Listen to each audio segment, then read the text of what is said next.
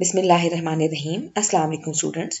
Today we are going to do the project of interpreting food labels to determine the percent daily value of foods and analyze nutrient contents.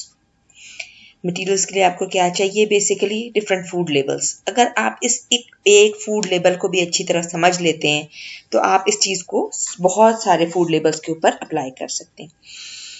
Ideally her food packaging के ऊपर इस तरह के nutrition facts का या इससे मिलते जुलता कोई फूड लेबल मौजूद होना चाहिए जिसके ऊपर इंफॉर्मेशन मौजूद हो कि उसमें कैलोरीज कितनी हैं, उसके अंदर फैट्स कितने हैं, cholesterol, sodium, carbohydrate, protein, vitamin, calcium, iron, ये सब चीज़ें कितनी हैं. ठीक है जी.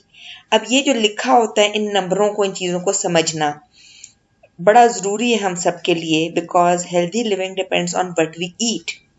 ठीक है जी. अच्छा, इस वैसे कलर नहीं होता. ये जो पोर्शन को ग्रीन कलर करके शो किया गया, इसका मतलब क्या है कि जो पहला हिस्सा है फूड लेबल का, इसमें आपने मेनली देखना है कि कैलोरीज कितनी है. इसमें एक चीज़ देखनी होती है सर्विंग साइज और उसके लिहाज से नंबर ऑफ सर्विंग और टोटल कैलोरीज. ठीक है जी. जैसे ये जो फूड लेबल है बेसिकली ये रेड बीन्स के एक बॉइल्ड बीन्स के पैकेट का है और इसके ऊपर लिखा हुआ है कि सर्विंग साइज जो है वो 1/4 कप है, 36 ग्राम, और इसमें जो सर्विंग्स पर कंटेनर है वो 9 है. ठीक है जी. पर सर्विंग कैलोरीज यहाँ लिखी हुई है, लिखी होती है अमूमन फूड लेबल्स पे कि पर सर्विंग 160 कैलोरीज इसमें मौजूद हैं और साथ ही ये बताया हुआ है कि कैलोरीज फ्रॉम फैट कितनी है. ठीक है. जितनी ज़्यादा कैलोरीज फ्रॉम फैट होंगी इसका मतलब है कि वो आपका वजन बढ़ाने में उस चीज़ का उतना ज़्यादा रोल है. अब ये जो पर्टिकुलर फूड लेबल है इसमें कैलोरीज फ्रॉम फैट 0 है. इसमें क्या बात समझने की है कि eating too many calories per day is link to being overweight, obesity and development of certain chronic diseases. अगर हम एक दिन में रिक्वायर्ड कैलोरीज से, अब ये जो रिक्वायर्ड कैलोरीज हैं ये डिपेंड करता है on the age, sex, physical activity, disease condition वगैरह. ठीक है जी. एक नॉर्मल बंदे की या आपके एज ग्रुप की क्या कैलोरी रिक्वायरमेंट है वो आपको ढूंढनी पड़ेगी. वैसे अराउंड अबाउट 2000 से ज़्यादा नहीं होनी चाहिए किसी भी हाल में. ठीक है. हम कोई इतना मेहनत का काम नहीं करते. अगर हम रोज़ 10 किलोमीटर दौड़ें तो फिर हमारी कैलोरी रिक्वायरमेंट ज़्यादा होगी. अगर हम बहुत हैवी वर्क डेली कर रहे हैं तो फिर हमें कैलोरीज ज़्यादा चाहिए. वरना आम हालात में हमारी पूरे दिन की कैलोरीज मिला के 2000 से ज़्यादा नहीं होनी चाहिए. इसलिए किसी भी फूड में अगर कैलोरीज ज़्यादा है पर सर्विंग तो आपने उसको अवॉइड करना है. नंबर 2 पे जो चीज़ें यहाँ पे ऑरेंज से शो की गई हैं, आम लेबल्स पे नहीं ऑरेंज से शो की होती, लेकिन आपने किन चीज़ों का ख्याल करना है कि check these for heart. Total fat कितना है, सैचुरेटेड, ट्रांस, कोलेस्ट्रॉल कितना है, सोडियम कितना है. 3 चीज़ों को याद रखें, फैट, कोलेस्ट्रॉल और सोडियम. अगर ये तीनों चीज़ें ज़्यादा हुई तो फिर क्या होगा? Eating too much fat, cholesterol and sodium में increase your risk of chronic diseases. खास तौर पे दिल की बीमारियां इन तीनों चीज़ों के ज़्यादा होने से बहुत बढ़ेंगी, फैट, कोलेस्ट्रॉल और सोडियम. ठीक है जी. अब ये जो पर्टिकुलर चीज़ है बॉइल्ड रेड बीन्स, इसके अंदर फैट्स नहीं है, कोलेस्ट्रॉल भी नहीं है और सोडियम सिर्फ 1% है. ठीक है जी. सबसे ज़्यादा इन चीज़ों का ख्याल रखना है कि ये तीनों चीज़ें सैचुरेटेड फैट, कोलेस्ट्रॉल और सोडियम किसी भी फूड लेबल पे 5% से ज़्यादा ना लिखे हुए हैं. अगर 5% से ज़्यादा लिखे होंगे तो इसका मतलब है कि वो बहुत ख़तरनाक है. और ट्रांस फैट जो है वो 0 ही होना चाहिए. अच्छा, अब ये जो जिन चीज़ों को यहाँ पे शो किया गया पर्पल कलर से, ये असल में इन चीज़ों को बता रहा है कि ये न्यूट्रिशनली वैल्यूएबल है. हमारी डाइट में फाइबर ज़रूर होना चाहिए, हमारी डाइट में प्रोटीन, विटामिन्स, कैल्शियम और आयरन ज़रूर होने चाहिए. Eating enough fibre and nutrients can improve your health and help reduce your risk for some diseases. ठीक है जी. जितनी हमारी डाइट में फाइबर ज़्यादा होगा और प्रोटीन्स, विटामिन्स, कैल्शियम, आयरन वगैरह होंगे उतना ही हम बहुत सारी बीमारियों से बचे रहेंगे. हमने पढ़ा था विटामिन ए डेफिशिएंसी से हो जाता है night blindness, vitamin C deficiency से हो जाता है स्कर्वी, आयरन डेफिशिएंसी से हो जाता है एनीमिया, कैल्शियम डेफिशिएंसी से बोन्स वीक हो जाती हैं, प्रोटीन डेफिशिएंसी से प्रोटीन मैल न्यूट्रिशन डिसऑर्डर हो जाता है. तो ये जो पर्टिकुलर लेबल है इसमें 10 ग्राम प्रोटीन्स हैं, which is a good thing. अमूमन प्रोटीन की परसेंटेज वैल्यू नहीं लिखी होती, लेकिन 10 ग्राम का मतलब है कि ये 20% है round about requirement per day. Vitamin A इस चीज़ में नहीं है, विटामिन सी भी बिल्कुल नहीं है, कैल्शियम 4% है, लेकिन आयरन की अच्छी क्वांटिटी मौजूद है 15%, और डाइटरी फाइबर बहुत अच्छा मौजूद है 56%। कार्बोहाइड्रेट इसमें 7% है, जिसमें से 1 ग्राम जो वो शुगर से है। अब जितना शुगर ज़्यादा होगा, ये बात हमने पहले डिस्कस की थी कहीं, there are 3 white poisons, sugar, salt and maida. ठीक है, तो शुगर कम से कम हो, सोडियम कम से कम हो, और वाइट फ्लावर यानी कि मैदा कम से कम। अच्छा, अब ये एक चीज़ और समझने की है, डेली वैल्यू। जो परसेंटेज डेली वैल्यू है, इसको कहीं कहीं लिखा होता है GDA, which means guideline daily amount. ये परसेंटेज में होता है, इसका मतलब होता है कि आपने दिन में इतना परसेंट, मतलब टोटल ये चीज़ आपको दिन में 100% से ज़्यादा बिल्कुल नहीं होनी चाहिए। जो भी चीज़ 5% या कम है तो इसका मतलब है कि वो कम है, 5% से अगर कम है। लेकिन कुछ चीज़ें, जैसे खासतौर पे ये कहा गया, इन चीज़ों को 5% से कम रखने की कोशिश करें, फैट्स को, कोलेस्ट्रॉल को और सोडियम को। ठीक है, लेकिन बाकी चीज़ें जो हमारे जिस्म को चाहिए, वो अगर 20% के अराउंड हों तो वो ठीक है, अगर 20% से ज़्यादा हो तो वो ज़्यादा हाई। ठीक है, लेकिन जैसे अब ये पर्टिकुलर चीज़ है, इसमें 56% फाइबर है, क्योंकि बहुत सारी फूड में फाइबर नहीं होता, तो अगर हम एक दो दफ़ा कोई दिन में ऐसी चीज़ें खा लें जिसमें फाइबर ज़्यादा हो तो वो हमारी हेल्थ के लिए अच्छा है। ठीक है, मतलब ये कि ये वाली जो चीज़ें, ये मिला के हमें दिन में 100 के करीब करनी चाहिए, उससे ज़्यादा बिल्कुल नहीं होनी चाहिए। और तीन चार चीज़ें ऐसी हैं जिनको जितना हम कम रख सकें वो हमारी सेहत के लिए उतना अच्छा है, फैट, कोलेस्ट्रॉल और सोडियम।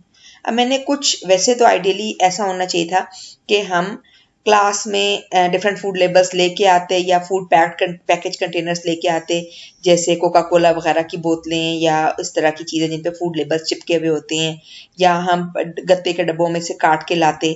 लेकिन अब ऐसा नहीं है, तो मैंने 2-3 चीज़ों की, एक चीज़ की तस्वीर खींची है और कुछ की पिक्चर्स ढूंढी हैं। ठीक है, अब जिसकी तस्वीर मैंने खींची है वो ये है, this is a packet of noodles, instant noodles हैं, चटपटा फ्लेवर है। ठीक है जी, इसको हम देखते हैं, ये इसमें लिखा पर 100 ग्राम पर सर्विंग, मतलब पर सर्विंग यानी एक पैकेट में जितना है। आपको पता है ना, नूडल्स का एक पैकेट पकाते हैं, एक ही बंदा खा जाता है। और साथ ही ये GDA परसेंट, जो भी, जब भी परसेंट में लिखा हो तो पूरे दिन में आपको ये कितना प्रोवाइड कर रहा है, कितना आपके एक दिन की रिक्वायरमेंट का कितना हिस्सा प्रोवाइड कर। एनर्जी ये कह रहा है 14%, चले इन चीज़ों को रहने दें, ये पर ग्राम में कितना, आप सिर्फ परसेंट पे फोकस। एनर्जी ये कह रहा है कि इसमें 14% है, कार्बोहाइड्रेट इसमें कम है 2% शुगर्स के फॉर्म में, डाइटरी फाइबर बिल्कुल नहीं है, प्रोटीन बिल्कुल नहीं है, फैट्स इसमें 19% है, सैचुरेटेड फैट 32% है। अब देखें, पिछली में आपको मैंने स्पेशली बताया कि फैट, कोलेस्ट्रॉल और सोडियम कम रखना है, इसमें फैट भी ज़्यादा है, सैचुरेटेड फैट और ज़्यादा है, ट्रांस फैट की परसेंट नहीं लिखी हुई लेकिन ये भी ज़्यादा है। सोडियम इसमें 64%, 64% का मतलब आपको समझ में आ रहा है कि दिन में हमें जितना सोडियम चाहिए उसका आधे से ज़्यादा हिस्सा एक नूडल्स के छोटे से पैकेट में। यानी अगर किसी ने 2 पैकेट, अमूमन बच्चे 2 पैकेट ही इसके खा रहे होते हैं, 2 पैकेट खाए तो क्या हुआ कि हमारी जो डेली रिक्वायरमेंट सोडियम की, उससे हम बहुत आगे बढ़ गए।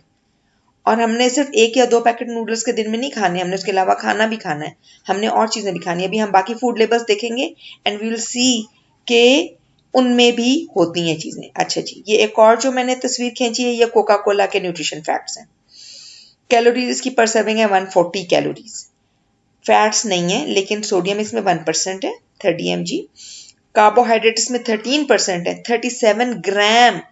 37 ग्राम का मतलब है 8 या 9 चम्मच चीनी के, और ये सारे के सारे शुगर के फॉर्म में। एडेड शुगर इसमें 73% है, प्रोटीन 0 है।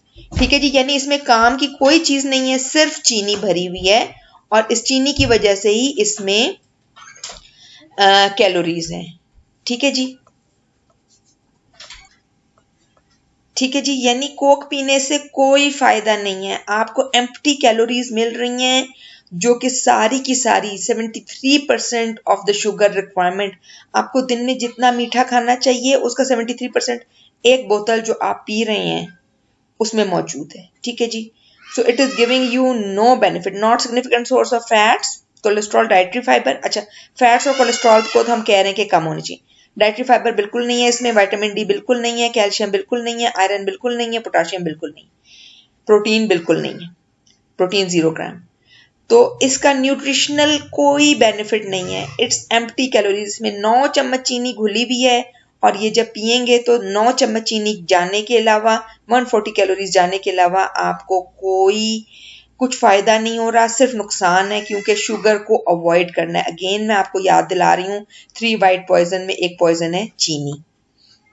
अच्छा, नाउ वी कम टूवर्ड्स, ये जो है ये मिल्क है, ठीक है, जो विटामिन डी जिसमें एडेड है।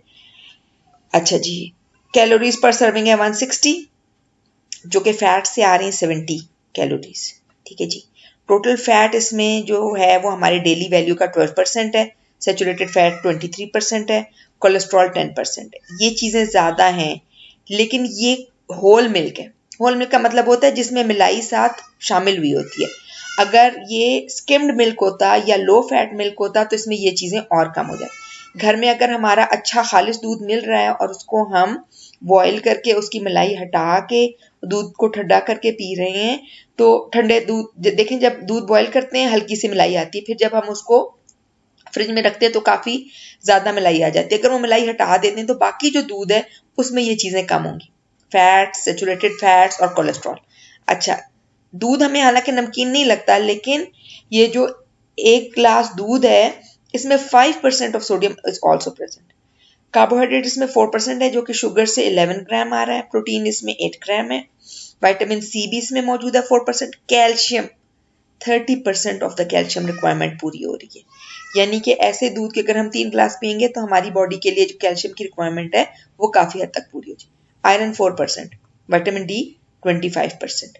यानी कि अगर हम ऐसे 3 ग्लास इस तरह के दूध के पियेंगे तो हमारी बॉडी में कैल्शियम और विटामिन डी काफ़ी ज़्यादा आ जाएगा।